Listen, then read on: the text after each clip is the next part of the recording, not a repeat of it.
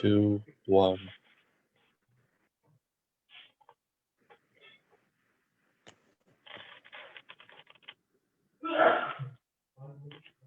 Whenever you're ready.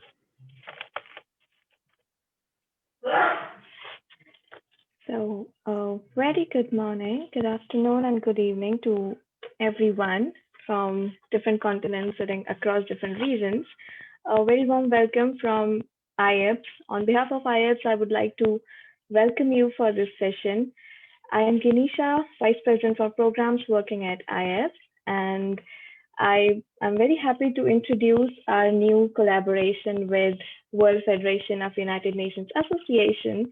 And we today have with us uh, Wyman and World Federation for United Nations Association. I'm happy to welcome Bill Yotive, who is the UN coordinator or UN coordinator at World Federation of United Nations at WIMUN. And it's a pleasure to have Bill over here. And this is a kind of a very first engagement with this organization, and we at IAPSS are very happy to introduce this session to you. Let me just give a gist about this session. This session will be about, you'll be hearing Bill talking about the practicing or the learning approach at the Wyman and how you're going to, or how you can be a part of that in near future. And then I'll be jumping into the quick Q&A session, so you have a full-fledged opportunities to ask as many questions or comments or suggestions to Bill. So exploit this opportunity to the best extent if you can. And then we will be giving a gist of about the opportunities and what we do have at IAPSS for you in near future. So that's a complete gist about it. And just giving a brief introduction about what is WIMUN and what is about World Federation of United Nations Association. So it's an international platform that enable and give education to youngsters about the framework of United Nations conferences and the working structure as well. So WIMUN is definitely a platform for the young people to help you with that. And I'm again very happy to introduce Bill Yotive, who is a model United Nations coordinator over here with us. Before going into more discussion, I would like to thank our partner and collaborators, World Federation of United Nations Association, and I'm giving the floor to Bill for introducing the journey of Wyman to us. Welcome, Bill. Thank you so much, Bill. Thank you very much. And it's a real pleasure for me to be here and to have this opportunity. Can you hear me well? Yes, we can hear you. Great. So again, this is a wonderful opportunity, and I thank you very much for allowing us to come and speak to IAPSS. A little bit about myself and my background before I get started. I worked for over 14 years at the United Nations. This is a photo of the United Nations, and I put a little arrow where my office used to be. So I used to look out over the East River, if any of you know New York. And for over 14 years, I was manager of what was called the United Nations Global Teaching and Learning Project, where I created materials for schools around the world about the United Nations and anything on the UN agenda. And as a part of that position, I was also the focal point for anything dealing with Model UN. So anytime a Model UN had a question that they sent to the UN, it would be given over to me to respond to. A brief history of Model UN. Model UN started before the UN was created. It replaced earlier simulations that were going on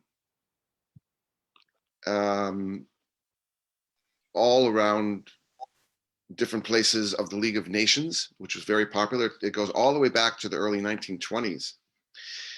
Model UN was promoted initially by an NGO to increase support for the UN among young people. The UN didn't become directly involved until about 2009. When I was still working at the UN in 2009, my Undersecretary General wanted us to become more directly involved in the Model UN program. The UN was aware that Model UN was not simulating the way decisions were actually made at the UN. And so in 2009, the UN started organizing what became three different conferences that we called Global Model UN, to raise awareness among the Model UN community about how the UN actually functions today.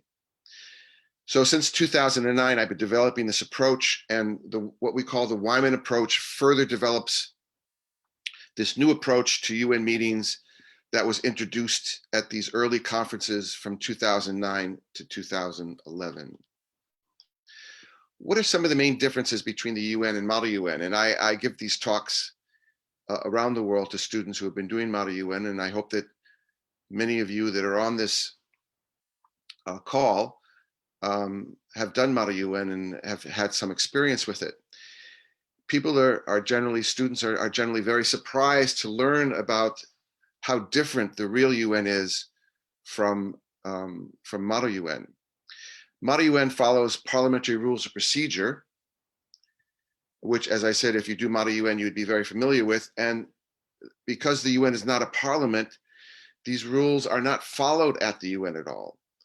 And some of these rules actually violate what's called the principle of sovereign equality that the UN was founded upon. So it really makes very little sense to use rules of procedure with an intergovernmental body that some of those rules violate the principle that it was founded upon.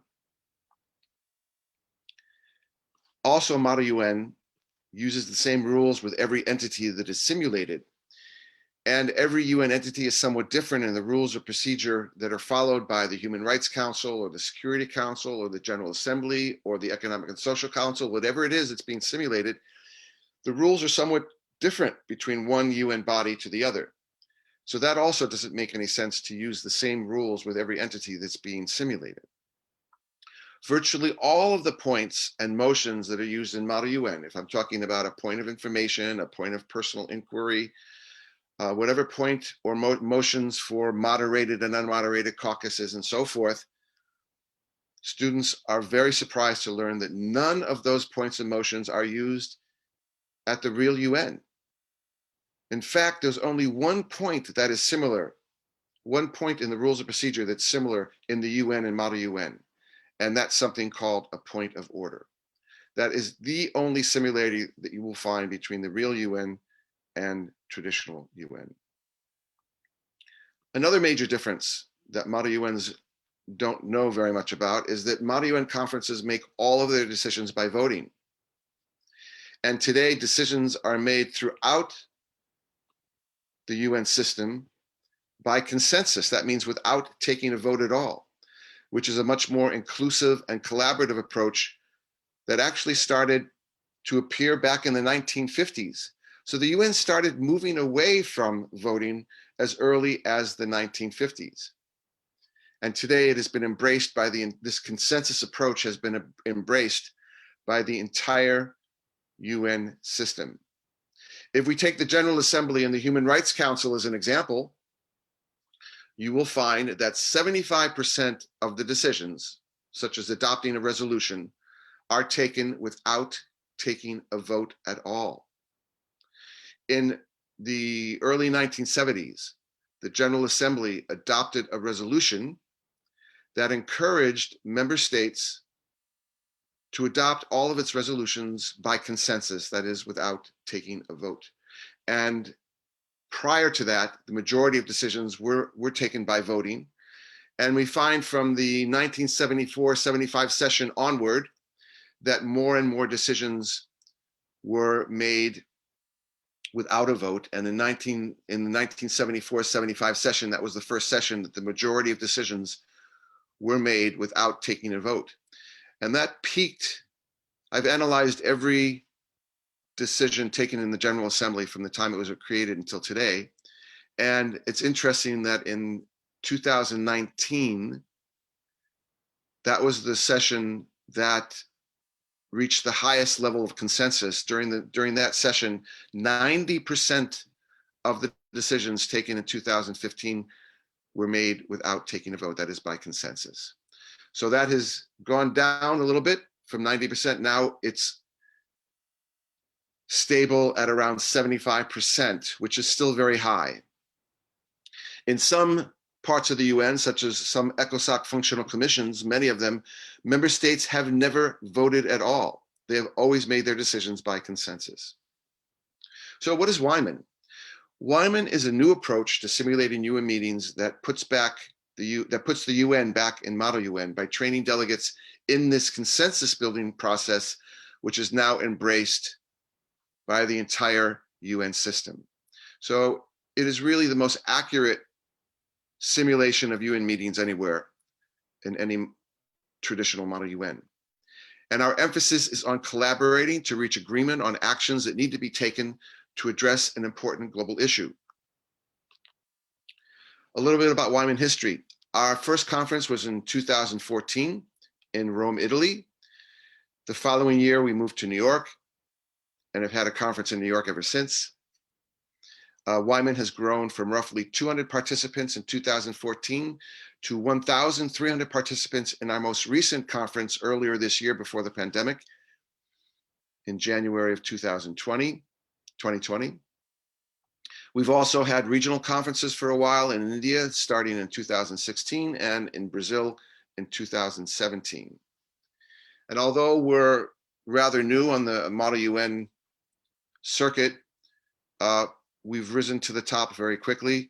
We've been awarded the best large conference 3 times now, 2 times for the New York conference in 2017 and 2019. And then our Geneva conference, which was inaugurated in 2019, also won the best large conference. What are differences between Wyman and traditional model UN? Well, in Wyman, we only use rules of procedure followed by each UN entity that is simulated. When I was at the UN and we first started our conferences in 2009 to 2011, we only simulated the General Assembly and the Security Council. Since then, I've developed this approach with many other parts of the UN system, with ECOSOC, with the International Court of Justice, with the Human Rights Council, with the UN Environment Assembly. We've also, in our last conference, we, for the first time, did the simulation of the World Health Assembly, and we've also introduced simulations of the International Labor Organization. Every time I design a new simulation, I work very closely with that UN entity to study how it actually works, what are the rules of procedure, and I work closely with UN staff members to learn precisely how it functions so that I could simulate that UN entity as accurately as possible. What's important to me is not only the accuracy of the simulation, but also capturing the spirit of the UN today, which is more collaborative and more inclusive. This consensus approach that I've been talking about, where member states must work together and continue negotiating until they agree on the text of the resolution and therefore don't need to vote on it. That process, which is more collaborative and inclusive, captures the spirit of the UN today. And that is perhaps the most important element, which I hope that these experiences communicate to students who participate in them. So the aim of our simulations are to reach consensus on the text of a resolution. As in the UN, if consensus cannot be reached, then of course, for instance, in the General Assembly, they can always vote if they cannot reach consensus. But the aim starting out is to reach consensus on the text of a resolution. Every simulation only focuses on one resolution. I know that in traditional model UNs, you often have multiple resolutions. And if you're the sponsor of a resolution, you want to get your resolution adopted over somebody else's resolution, and that creates a very competitive spirit, whereas we're trying to create a more collaborative spirit. So competition is replaced by collaboration. The flow of debate is also very different and mirrors the real decision-making process that's followed at the UN today. Let me talk a little bit about our upcoming conference in 2021. It'll take place between the 5th of February to the 14th of February. We're going to spread it out over 10 days. The opening ceremony will be on Friday the 5th. In our past opening ceremony, we had the spokesperson for the UN Secretary General, Antonio Guterres, who was our keynote speaker. We also had messages from the Director General of the World Health Organization. We also had a recorded message from the UN Secretary General himself as well. And we had the president of WFUNA, who was the former president of the Dominican Republic. The simulations start the following day on the 6th of February. So the simulations occur on the weekends, the Saturday and Sundays, and then in between the 8th and the 12th of February, we have those days that are filled with side events, which I'll come back to in a moment. Now, the simulations, of course, are obligatory, and the side events are optional. And the reason why we designed it this way is so that students are more able to participate in the simulations on the weekend because of their class schedule, and the side events we have all throughout the day, so they can come to the side events that they're able to come to given their class schedule. On the February the 14th, we wrap up the simulations. The different simulations adopt their various outcome documents, and then we have our closing ceremony. What we'll be simulating in this conference in 2021, we'll be simulating the World Health Assembly, focusing on primary healthcare and pandemic preparedness. We'll be simulating the UN Environment Assembly, focusing on strengthening actions for nature to achieve the Sustainable Development Goals. We'll be focusing on the Third Committee of the General Assembly that will be drafting and negotiating a resolution on refugees and the impact of COVID-19.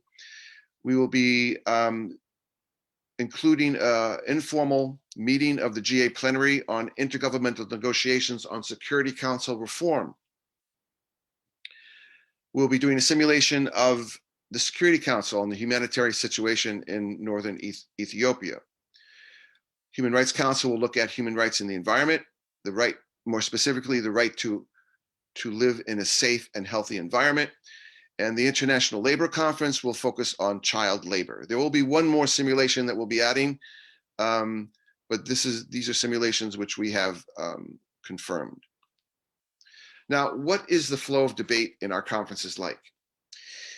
Each day is divided into one 3-hour session, and then we have a 2-hour break, followed by a 2-hour session online.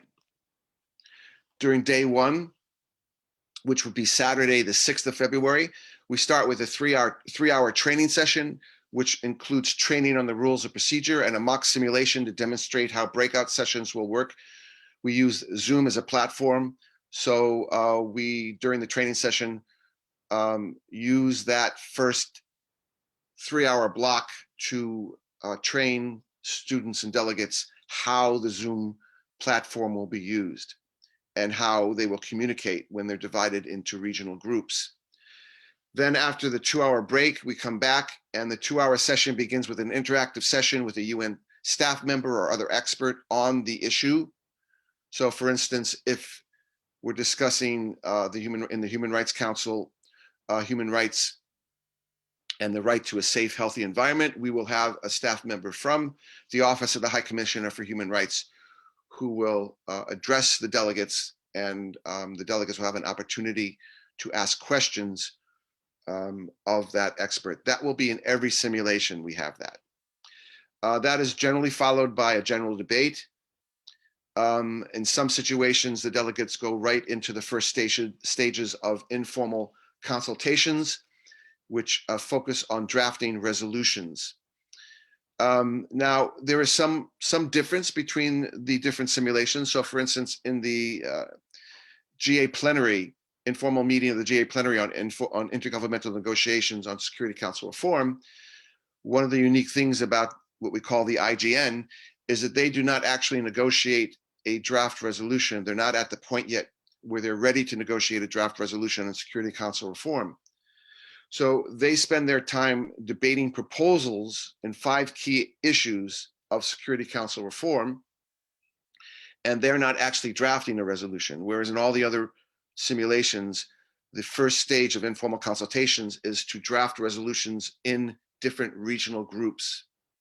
So on day 2, that's when the delegates get started on drafting their resolutions. We break them up into 4 regional groups. And then after they draft their resolutions, we take those four drafts, we put them together into one long draft, and we start a phase which I call the Vienna Formula, where each regional group comes together and they begin to negotiate how to combine their different draft resolutions until there's one resolution that gets tabled for discussion. Once we have one resolution that's ready for negotiation, then we submit that to what's called the line-by-line review. All of the delegates go paragraph by paragraph through the resolution, and they propose amendments to the text of the resolution. Once we have all the amendments that are proposed, then they engage in the debate of amendments, and every amendment is debated until delegates have decided whether those particular amendment should be withdrawn or accepted as proposed, or whether an alternate version of that amendment should be inserted into the text of the resolution. So every amendment is debated until there are no amendments left. And once every amendment has been resolved and there are no new amendments, then the delegates know that they've reached consensus and there's no need to vote on it. That's what actually occurs at the real UN. So on day 4 is when they wrap up the debate. They adopt their resolutions by consensus, and then that ends the simulation. Now I want to show you a video. I'm going to go. It's a 12-minute video. I'm not going to go through it entirely. We don't have the time, but I just want to give you a taste of what actually occurs in our online simulation. So just let me know. I'm going to put it on, but if you cannot hear the sound, just let me know. Whoop.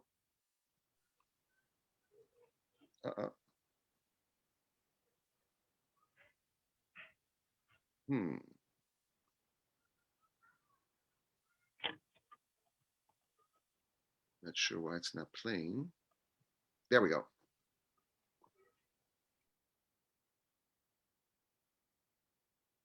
Let's look at some milestones in Security Council reform. So again, in the very first session is the training session where delegates get training on the rules of procedure of the entity that they are will be participating in. So here's an example of a training session in a simulation of the Security Council. So if we go back to 1945, the Security Council is actually smaller than it is today. It only consisted of 11 members. In 1963, the GA Resolution 1991 added 4 more non-permanent seats. Okay, I'm going to go a little forward now. And let me just pause here for a second. So as I said, there's the training on the rules of procedure, and then we also do a mock simulation to show how the platform will be used. Then after the 2-hour break, then we come back and we have that live interaction with a UN expert. And here's an example. So for instance, in the intergovernmental negotiations on Security Council reform, one year we had one of the first secretaries from the permanent mission of India to the UN come and speak to the delegates simulating the IGN. I'll give you a quick overview of what is actually happening in the current session of the UNGA with regard to the IGN. You might be a little curious about how the current public health circumstances have affected the IGN process itself. So I'll update you a little bit on that, on where we are. So then after the expert has made some remarks, all the delegates get an opportunity to ask questions. And then on day 2, for those simulations that have a general debate, this is what the general debate would look like. Kuwait has always been one of the most cooperative nations, and we have diplomatic ties with all the P5 nations. And now it's the time that we demand change. I thank the distinguished delegate of Kuwait. I now give the floor to the distinguished representative from Italy. You have the floor. The Security Council is arguably one of the most important organs of the United Nations. It is tasked with the primary responsibility of maintenance. So again, every delegate gets an opportunity to make a speech who wants to. And then I'm just fast forwarding to the next phase. So remember I said that the drafting process comes next. And I don't have any video of the drafting process, but basically delegates are divided into breakout sessions on the Zoom platform. They draft their resolutions. And then, as I said, they combine all their resolutions into one long resolutions. And then they have to focus on how to merge their resolutions so you have one resolution that is of a length that is negotiated, can be negotiated. So very often when they merge their resolutions, the resolutions are very long. It might be sometimes over 100 paragraphs. And so they work on merging their resolutions until they get it down to about 35 paragraphs. And so this is what the merging process looks like. Every regional group has a person who is the head of their group who is negotiating. So you have 4 head delegates negotiating. And then all the other delegates are talking to each other in chat rooms. We have group chats for every regional group. So even though you only see one person on screen talking, behind the scenes, all of the delegates are actually very active talking to each other in these group chats. And they can change the head of their group as often as they want. So if you are a delegate in a particular regional group, you can request becoming the head of your group to then lead the negotiations for your group. And this happens very often throughout the process. But this is a little bit about what it looks like. My regional group we want to merge the 4, 16, 19, 25, and 32, because they are all talking about the impact of COVID and the NCG. So we think that we can merge and thinking about alternative versions so it cannot be, it will not be confused.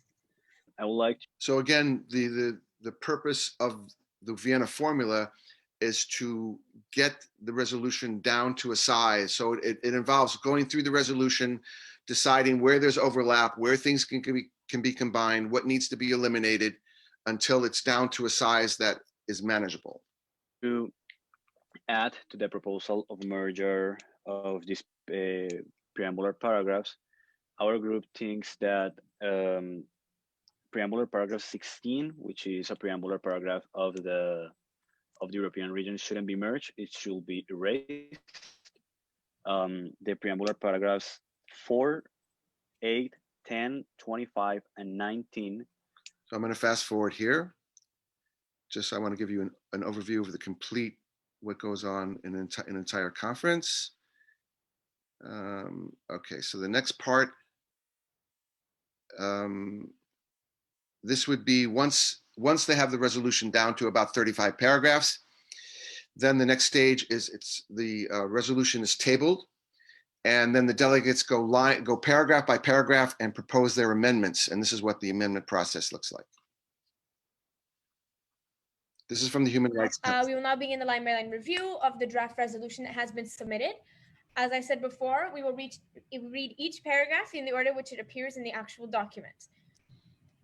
Preamblatory paragraph number 2. Noting with deep concern the figures from UNESCO which show that 826 million students around the globe do not have access to a home computer and 706 million don't have internet at home, therefore making it difficult to study or attend online school. Now again, these are resolutions that are drafted by the delegates themselves when they were in their regional groups, and this is the result of the Vienna formula process that got it down to a size that was manageable. So this is all written by the students. Now, are there any comments, reactions, or objections to this paragraph? Okay. Yes, delegation of Bangladesh. Bangladesh would like to add at the end, and governments not working towards ensuring these students the basic materials needed. So if I understand correctly, Delegate Bangladesh would like to add at the end of this preamblatory paragraph, and governments not working towards ensuring these students the basic materials needed during the pandemic in order to have access to education. Yes.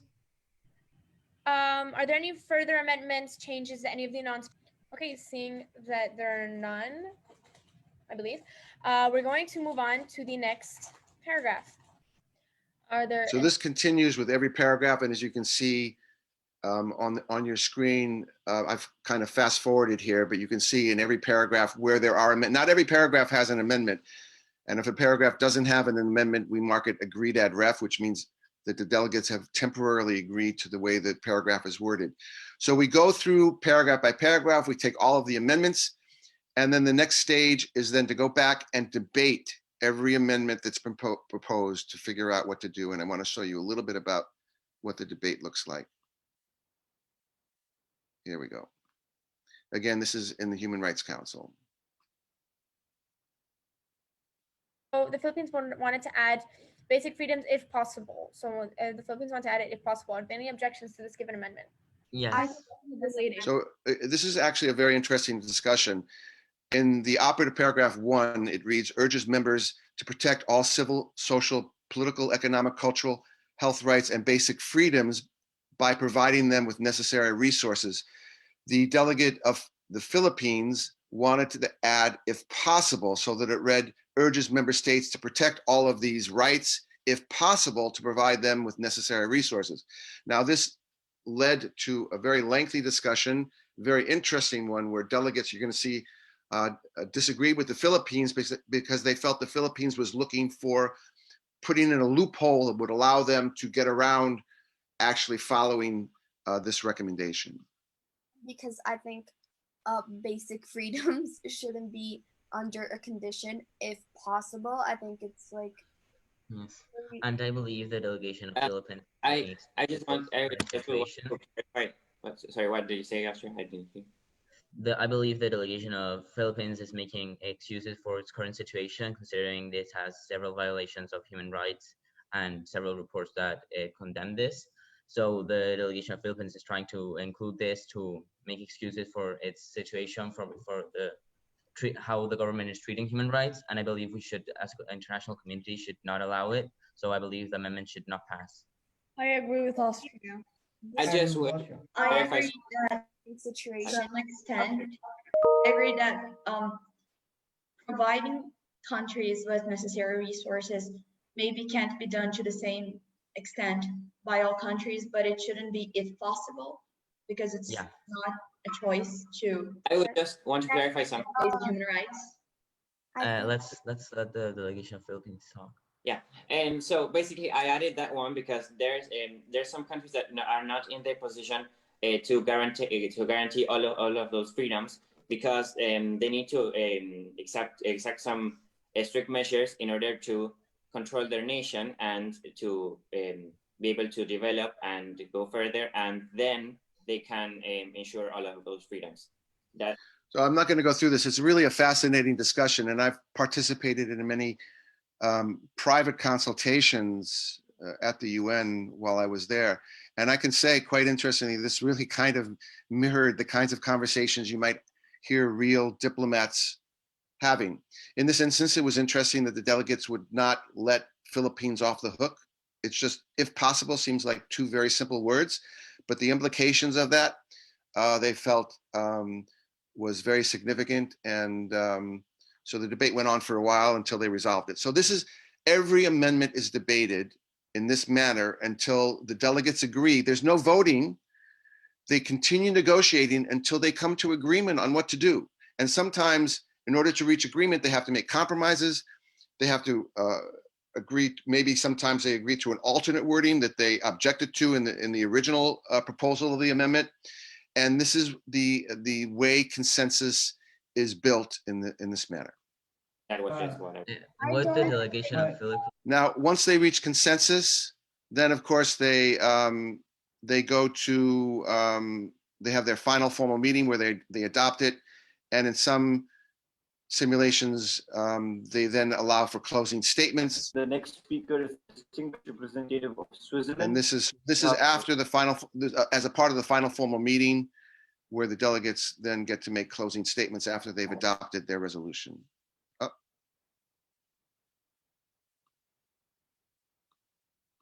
I don't know why that's happening.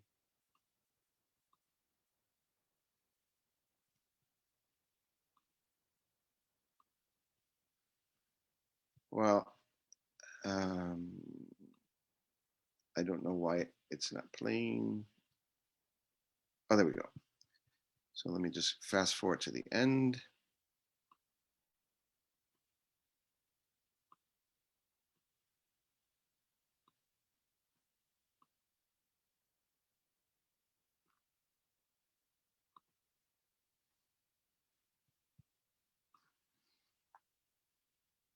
The next speaker is the distinguished representative of Switzerland. Delegates and respected President, as we come to an end on this session about Security Council reforms, the delegate of Switzerland would like to commend the overall efforts of everyone involved in this meeting and their best efforts to put forward these potential reforms in the most prestigious organ, the Security Council. These sessions have brought about fruitful and substantive discussions regarding these reforms, and we hope for a fruitful outcome at the end of this session. However, the delegate of Switzerland expresses some concern about the amount of disagreement that was found to be between delegations discussing these reforms, and wish that in the future meetings there would be more of a consensus reached than what was achieved in these 3 sessions. So in any case, after everyone who wants to make a closing statement has given the floor, then the simulation comes to an end, and now you have a general overview of what this actually looks like. So let me go on, briefly speak about the side events. This is an example of the side events from our most recent conference. I hope you can sort of see the details, but briefly, again, these are all optional during the week. And you can see they're all throughout the day, but we will be doing something very similar in our upcoming conference in February. So in our past conference, we had someone from the UN come and speak about UN careers and internships. We had a virtual tour of the UN where actual guides from the UN gave a virtual tour of the UN itself. We had a workshop on public speaking. The World Health Organization had several speakers throughout the week. One gave a workshop on mental health. Then we had different young people who have been doing amazing projects around the world, give an overview of the projects that they are running in different countries around the world. Then we had, again, another workshop on polio eradication. I gave a talk on how to use UN resources in preparing for a conference. We had a social event where we used Kahoot to do some quizzes, which was a lot of fun. And we had another spotlight on another project. Then the UN gave a few workshops throughout the week. One was on the history of the UN, another was on human rights. Someone from the International Labor Organization gave a workshop on the future in the world of work. And then later in the week, we had another workshop from the ILO on social protection. And so forth. We had different UN speakers throughout the week.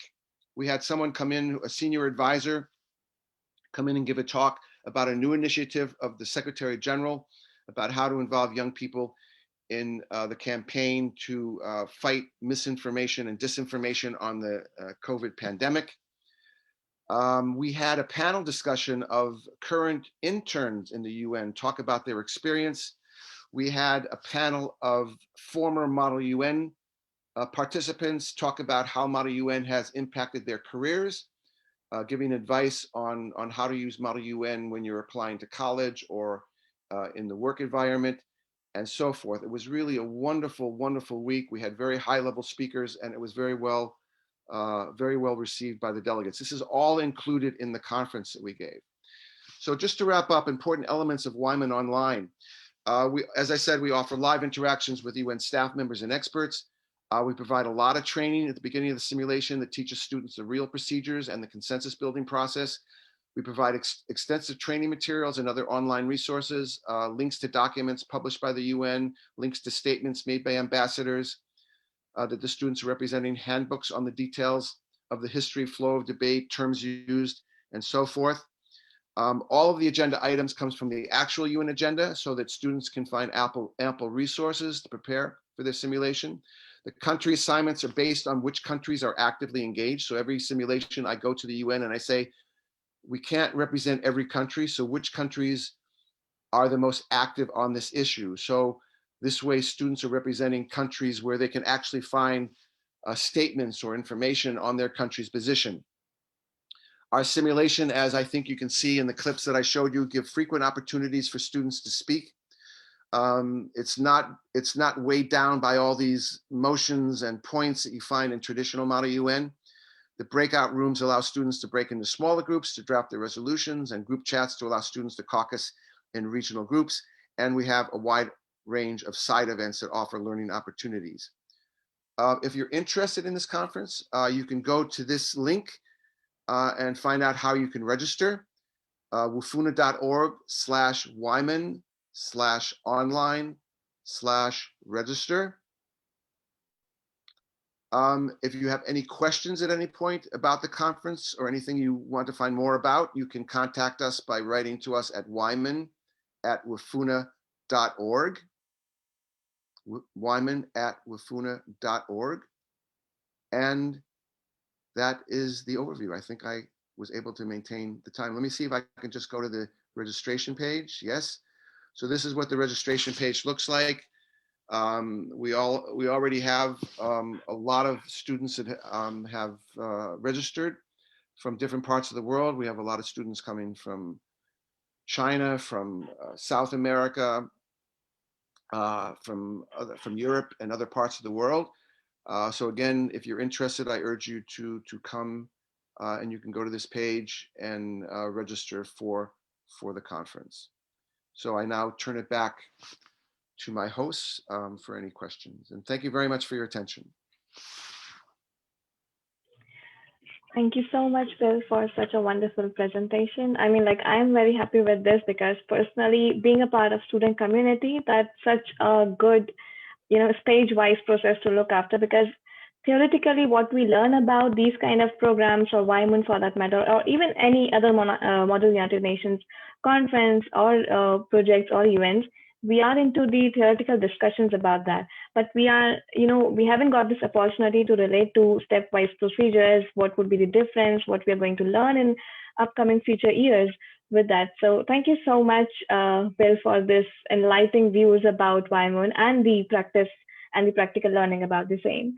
So we have a couple of questions from you, and thank you to our audience. If you have questions, keep pinging us in the chat box, or just write us if you have any comments or suggestions for that matter. So just diving into a few interesting questions that I have got.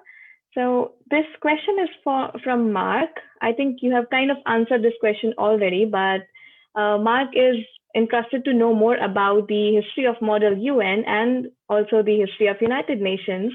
So he's asking that where he can find the information about the same. You mean about the differences between them? No, kind of like history about the Model United Nations and what is the relation between United Nations and Model UN. Unfortunately, there's not a lot of information about the history. Mm-hmm. I'm actually writing a book, the first book on the history of Model UN.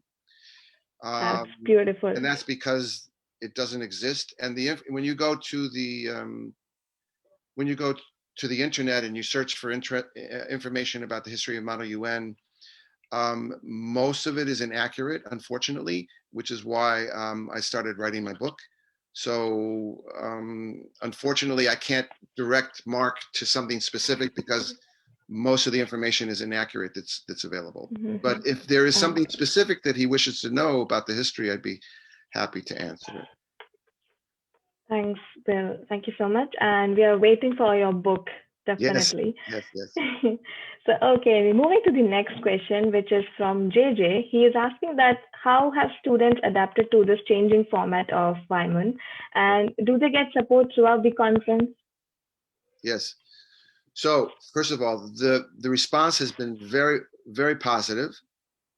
And I think the proof of that is that we've won 3 awards now for the best large Model UN conference. And these awards are based upon anonymous reviews of the conference. So I think that's a testament to the fact that the response has been very positive.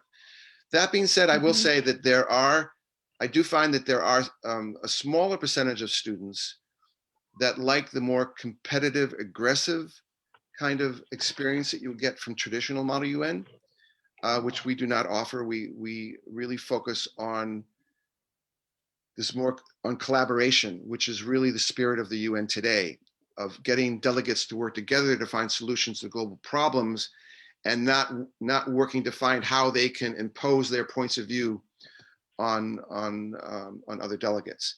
So there are, I do find that sometimes there are some students that prefer the more aggressive competitive nature of traditional model UN. But for the most part, the majority of people who experience the Wyman approach find it, prefer it, and some of them actually don't like going back to the traditional model UN after they've experienced our approach.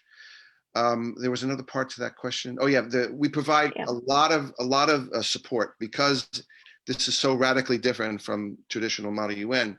So leading up to the conference, we provide a number of different webinars. So one webinar is I give a long introduction to the history of the decision-making process in intergovernmental organizations from I started in 1865 and I go all the way up to the current period, so that delegates understand, how did consensus evolve? Why did it evolve? Why did I get a chance to talk to today? But why did the UN move away from voting? That's a very, very important issue to understand. Then we have a webinar on the specific entity that you will be involved in. And then I do a webinar on how to draft a good resolution and on how to write a position paper. So these are also things that I find in Model UN that they don't really understand the structure of resolutions and how to draft them properly. So I give a whole webinar on that. Then, as I said, before the conference, we have a 3-hour training session that I gave you some clips from. So you get a lot of support. I write handbooks for every simulation. And so there isn't any lack of support. That's amazingly beautiful.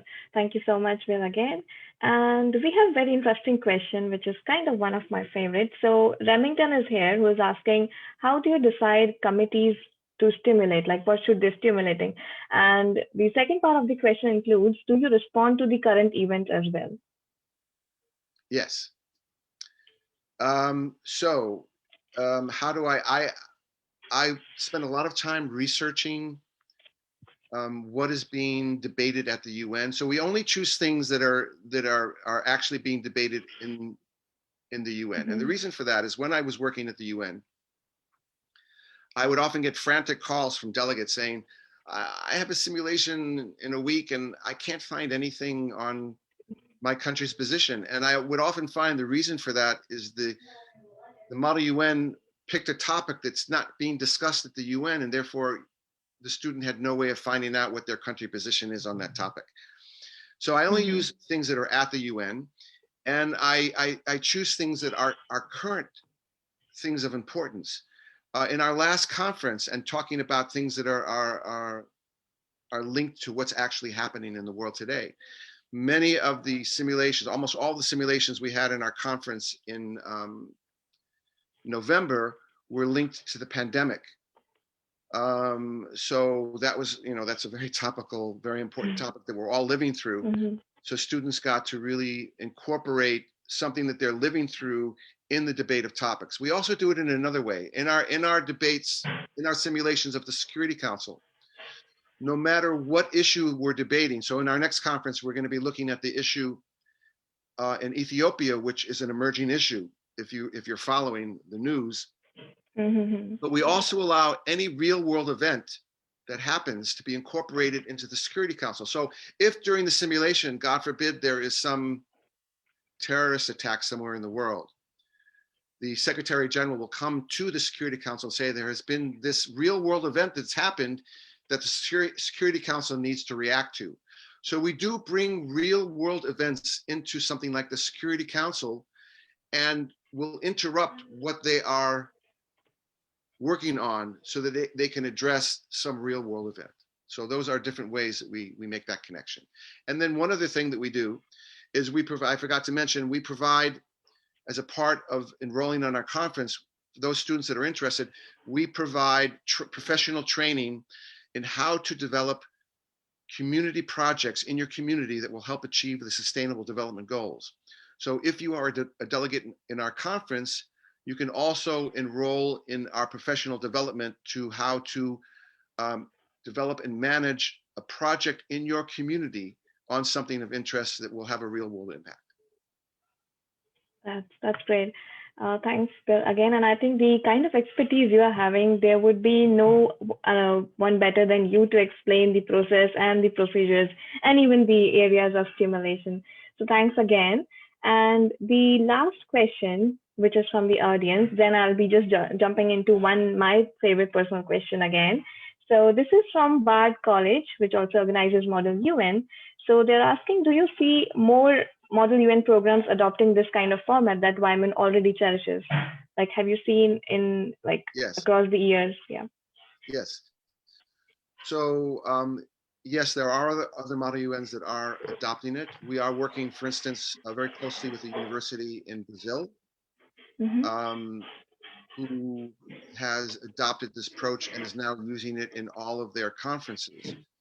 There are other conferences, other people that have attended my workshops that have now incorporated this into their conferences. I know, for instance, there's a conference in the north part of India that is now incorporating this into their conference. I was just told recently that there are some people in Norway that are incorporating some of this into their conferences.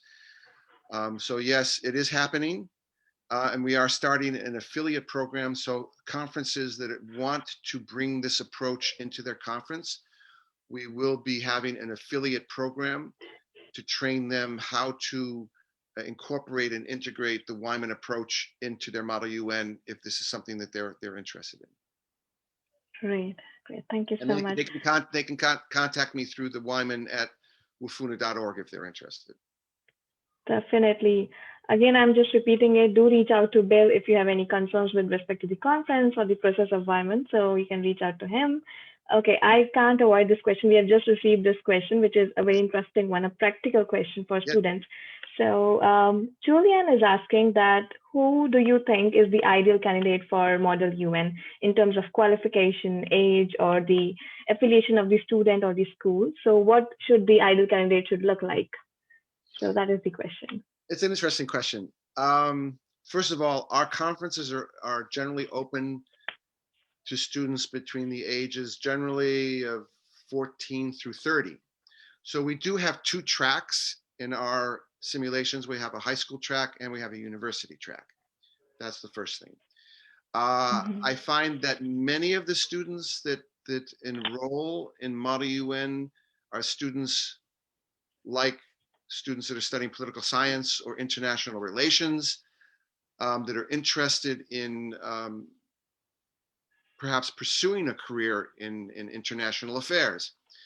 But there are students that are following many different tracks in their education that just like the experience of Model UN. Why? Because one of the things that we find from our surveys that students like about Model UN is the opportunity to get to meet and interact with students from other countries. I have found, and I've been doing this, I'm giving away my, but this is now my 50th year doing Model UN. Wow. So this is my 50th anniversary this year. So I've been doing this I haven't been doing this for a long time. And I can tell you that friendships that people have made through Model UN are lifelong friendships. So one of the reasons why students do this is because they're interested in enlarging their world. They're interested in making friendships with people from other parts of the world. And it's a transformative experience. It really makes us people that are more open-minded.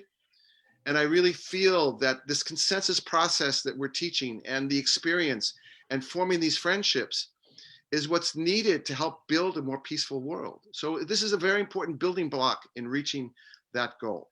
So the ideal candidate, I think, is somebody who is really open to wanting and curious about the world around them, somebody who wants to make a difference in the world, somebody who wants to make change, somebody who has an international focus. I don't think that a particular, I don't think you don't have to be an international relations student. I did not study international relations.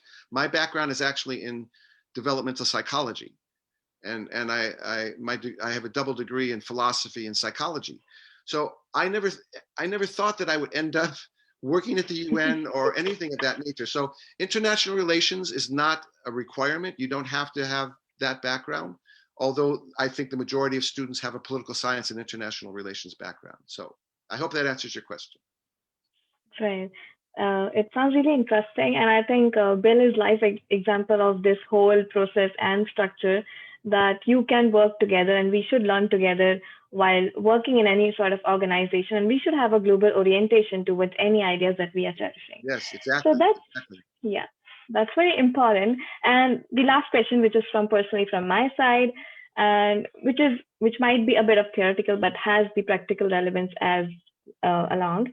So what the future United Nations looks to you, like how you can define that, okay, the upcoming years of the United Nations is going to be look like this. Will it be good or bad, or like how it is going to be for students community or youngsters especially? That's, again, a very interesting question. Thank you for asking that. And this is a question that everyone is asking because we are now celebrating the 75th anniversary of the United Nations.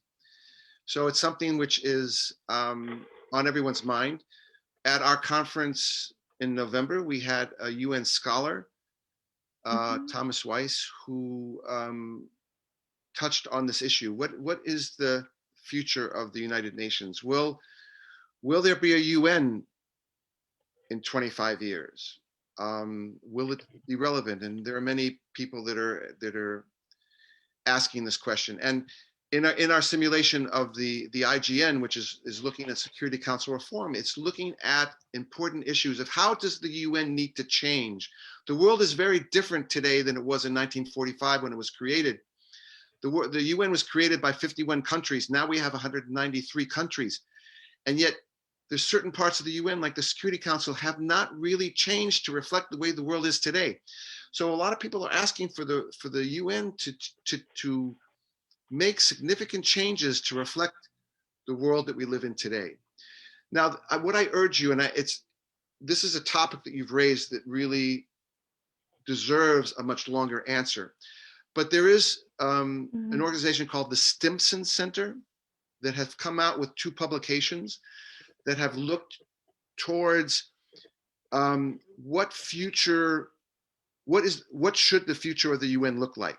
And they have proposed in these 2 publications what they feel should be new entities that the UN should create in order for it to be more relevant in today's world. And I urge you to go and look at those 2 documents to get an idea of what's being proposed out there. In terms of your question of youth, that is something which is really very important. The Secretary General has made youth one of the top priorities of the UN system, because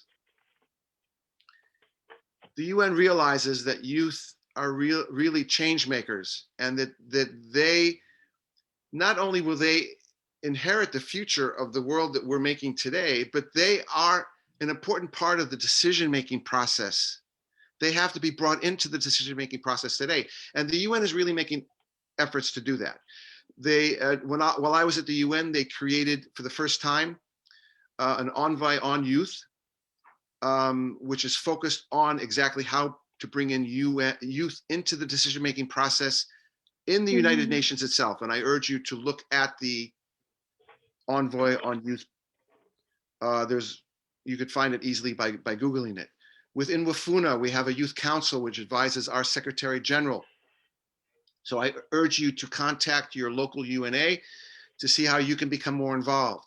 There is a youth delegate program at the United Nations where we are urging member states to bring youth into their delegations.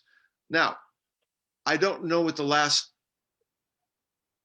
exact number of countries are. It's still relatively small, but we are urging countries to bring youth onto their delegations so that the youth voice is heard at the United Nations. And some member states are responding to that and are including youth into their delegations. So look at the youth delegate program.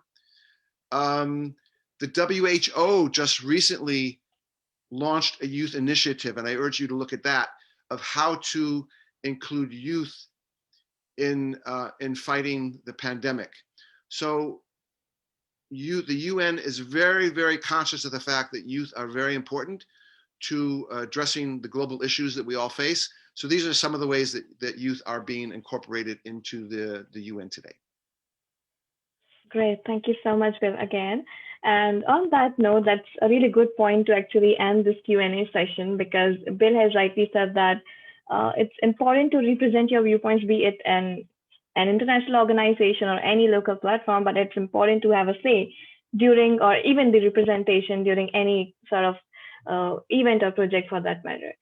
So that is all about our Q&A session. On similar end, I would like to again thank Bill and World Federation for United Nations Association and WIMUN for organizing this good session and knowing about the process and the stages of WIMUN conference. On another hand, we have some upcoming good news at IAPSS as well. We are going to have different projects and events at IAPSS. And if you're interested even to be a part of the team, you can just log on to IAPSS website and see the upcoming opportunities. And if you're interested to register with us with any of those projects, you can definitely do. We also offer membership to our different students residing in different regions of the continent or maybe across the globe. So we offer associate memberships as well to the partner organizations on minimal and good rates. So that's all about what IAPSS membership and IAPSS contribution look like. We are having upcoming events with World Congress and different virtual projects in hand with us in pipeline also. So that's all about IAPSS. And definitely, as Bill has mentioned, that do register for the upcoming WIMUN conference, which is going to happen in Feb 5th to 14th, 2021. Do reach out to Bill if you have any concerns with respect to the process and the stages as well. So that is important. I would again like to thank to all our audiences for keeping our spirits up during this session and asking such an amazing questions, range of questions, I would say. And again, thanks to the team, whole IAPSS team and WIMUN team for working on this session in the background, in the backend to be our support system for that matter. And also again to Bill and Finn as well, who is not here with us currently, but he has always been a support to us. And also my IAPSS team, Justin, President IAPSS, Rory, and Paula as well. So that's a good note to end. And I would like to give a short, short mic to Bill as well to give a thanks note. Yes. Over to you, Bill. Thank you so much. And thank you again to IAPSS and the team for putting this on and allowing us to talk to your membership. I thank everyone on this call who came, who was interested in learning about what we're doing. Thank you for your attention. And I hope to see all of you in our online conference. And again, don't hesitate to write to us if you have any questions. I wish everybody a good rest of the day, and please stay healthy, and hope to see you soon. Thank you so much, Bill. And I think Bill has said it correctly that we can build up good networks and good relationships while engaging with virtual discussions and conferences like that. So stay in touch, log on to our social media handles, check out our upcoming news and projects, also with the World Federation for United Nations Association. So stay tuned to that. And on that note, thank you so much for giving your time. Take care and see you soon, maybe on the other end. Bye-bye.